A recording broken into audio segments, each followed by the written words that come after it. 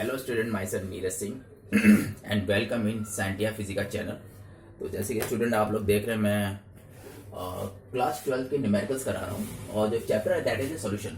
तो solution chapter में जो है मैं कंसंट्रेशन ऑफ सोल्यूशन, ये डॉक्टर एस सी श्रीवास्तव की जो बुक है न्यूटन केमिस्ट्री, तो उसके न्यूमेरिकल करा। आज जो स्टूडेंट मैं जो न्यूमेरिकल करा रहा हूँ वो है 2.6।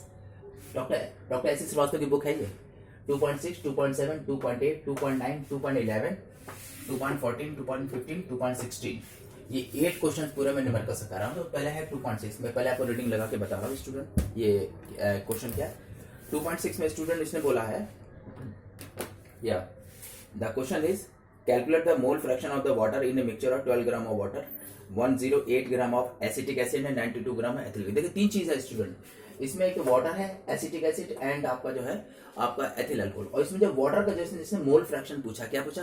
वाटर का mole fraction that is denoted by XW। So here is a small w is the wait of the water 12 gram and M stand for the molecular weight of water is 18 gram. W1 is a 108 gram of the weight of the acetic acid and W2 is a 92 gram of the ethyl alcohol weight, and M1 is equal to, it is a molecular weight of the acetic acid and M2 is equal to molecular weight of the acetic acid, ethyl alcohol 46 is a ethyl alcohol. तो student जैसे कि हमें mole fraction of the water, तो we put up the capital W upon M, weight of the water divided by molecular weight of water denoted by total number of moles. देखिए total number of moles है, ये water का number of moles है, ये आपका acetic acid का number of moles है and it is the number of moles of the ethyl alcohol. पूरा अप्लाई कर दिया तो finally you will gate XW, यानी कि the mole fraction of the water is 0.5, जो कि बिल्कुल करेक्ट है और इसका कोई यूनिट नहीं होता student, it is a dimensionless quantity. And here is question number 2.7, he is asking 2.46 gram of the sodium hydroxide molecular weight 40 are dissolved in a water and the solution is made of 100 cc in the volumetric volume flask, calculate the molarity of the solution. Simple से molarity पूछी student, तो W1 2.4, it is a sodium hydroxide जो है, इसका जो है weight है M stand for the 40 gram per mole, it is a molecular weight of the sodium hydroxide. B stand for 100 cc, 100 cc मतलब 100 ml है, तो it is a volume of the solution हो गया student. And capital M molarity find out करना है, तो capital M बराबर W 1000 divided by small m into V, and finally you will get the molarity is equal to 1.23 divided by 2, you will get the 0.615 molarity. It is a final answer 2.7.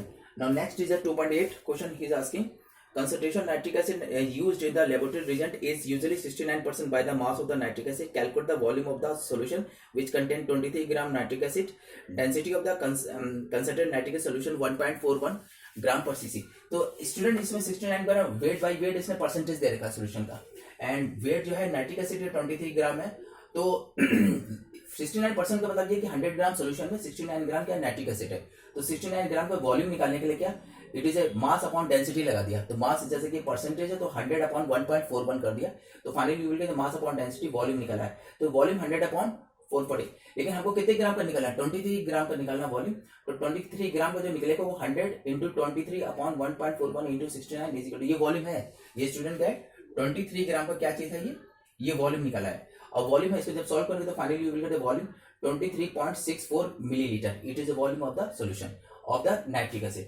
अगला है 2.9, इसमें question ये कह रहा है student 2.9 में 100 cc of the centimolar solution बोला है स्टूडेंट, ध्यान रखिए centimolar solution of the an acid contain 0.098 gram of the acid, find the molecular mass of the acid. Simple है, 2.9 में स्टूडेंट वॉल्यूम देगा 100 cc यानी कि 100 ml हो गया, एंड मोलरिटी दे रखी 1 अपॉन डेसी का मतलब होता डिवाइडेड बाय 10, तो 1 अपॉन 100 ये हो गया आपका, इट इज कॉल्ड सेंटीमोलर बोला इसलिए 1 अपॉन 100 है, सेंटी है ये, इट इज ए सेंटीमोलर, ठीक है, सेंटीमोलर है तो 1 अपॉन 100 होगी molarity, and weight of the solution is 0.098 gram, and molecular weight find out करने के लिए कहा स्टूडेंट, तो मोलरिटी बराबर W into 1000 M molecular weight into volume of the solution, पूरा अप्लाई कर दिए तो मॉलिक्यूलर वेट 98 ग्राम पर मोल इसका आंसर आ गया, जो कि करेक्ट है। Now next question is 2.11, 2.11 is a solution contain 410.3 gram of the sulfuric acid per liter of the solution at 20 degree centigrade. If the density is 1.243 gram per cc, what will be the molarity of the and molarity? दो question पूछे, molarity and molarity दोनों पूछे, तो volume 1 litre है student, तो हमारे जो formula उसमें 1000 नहीं लगाएंगे, सिंपल से, एंड वेट दे देगा 0410.34, ये सल्फ्यूरिक एसिड का वेट है स्टूडेंट, और फर्स्ट मोलरिटी का W upon M into V। देखिए यहाँ पे 1000 नहीं लगा क्योंकि लीटर में already volume of the solution दे रखा है, तो मोलरिटी 4.1867 मोलर, ये हमारा आंसर आ गया। सेकंड पार्ट में से मोलैलिटी पूछा है, अंडरस्टूड है स्टूडेंट। तो W बराबर क्या, ये है हमारा सोल्यूशन का वेट, और ये हमारा फोर्थ पर, इसमें हमको क्या निकला, ये सोल्यूट का वेट है। तो जब सोल्यूशन के वेट में से आप सोल्यूट का वेट को माइनस करेंगे तो you will get the wait of the solvent. अब मोलैलिटी में वेट ऑफ सॉल्वेंट की जरूरत पड़ती है, इसलिए 1243 ग्राम में से 410.3 ग्राम को माइनस कर देंगे, सब्ट्रैक्ट कर देंगे, तो यू विल गेट W बराबर it is a wait of the solvent is 832.7 gram of the solvent. And small m बराबर स्मॉल w 1000 में molecular weight and weight of the solvent लगा दी, ये मोलैलिटी का फॉर्मूला है। And finally you will get a molality 5.0279, ये हमारे मोलैल आ गया, ये सॉल्यूशन है। ठीक है स्टूडेंट, अगला है 2.14 में इसने क्वेश्चन बोला है, ये इसने क्वेश्चन कहा है calculate the number of molecules of the oxalic acid H2C2O4.2H2O in 100 ml of 0.2 normal oxalic acid। देखिए ऑक्जेलिक एसिड स्टूडेंट बोला इसने, ऑक्जेलिक एसिड ये नॉर्मलिटी का फॉर्मूला W into 1000 इक्विवेलेंट है, कैपिटल स्टार्ट होता है equivalent and V is equal to volume of the solution. तो normality 0.2 दे रखी, मॉलिक्यूलर वेट 126 है एंड वेट पूछा इसने, सिंपल सी चीज है, तो वेट बराबर NeV अपॉन 1000 फॉर्मूला है, तो वेट हमारा 1.26 है, तो ये 1.26 ग्राम वेट हमारा निकला है।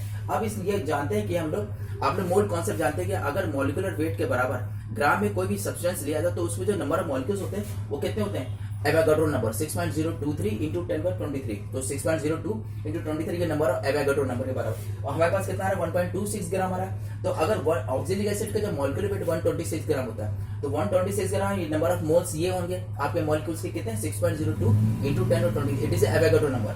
तो 1.26 में कितना होगा, इसको पूरा सॉल्व करने के तो नंबर हमारा निकलेगा 6.0 इंटू 10^21, जो कि बिल्कुल करेक्ट है, ऑक्जेलिक एसिड के नंबर ऑफ आइटम्स मॉलिक्यूल्स निकल आएंगे। अगला क्वेश्चन है 2.15, he is telling 150 cc of the decimolar। देखिए डेसीमोलर पर है student, it is 1 is divided by 10, तो you will get a decimolar. एक मोल का अगर 10 से डिवाइड करेंगे तो you will get a decimolar. तो decimeter of sodium hydroxide solution are diluted by 750 cc, find the molarity of the diluted solution. देखिए simple सी चीज है स्टूडेंट, इसमें क्या है आपका ये 2.15 वाला है, तो 2.15 में मोलैरिटी देखिए कि 0.1 है, उसमें वॉल्यूम कितना था 150 ml।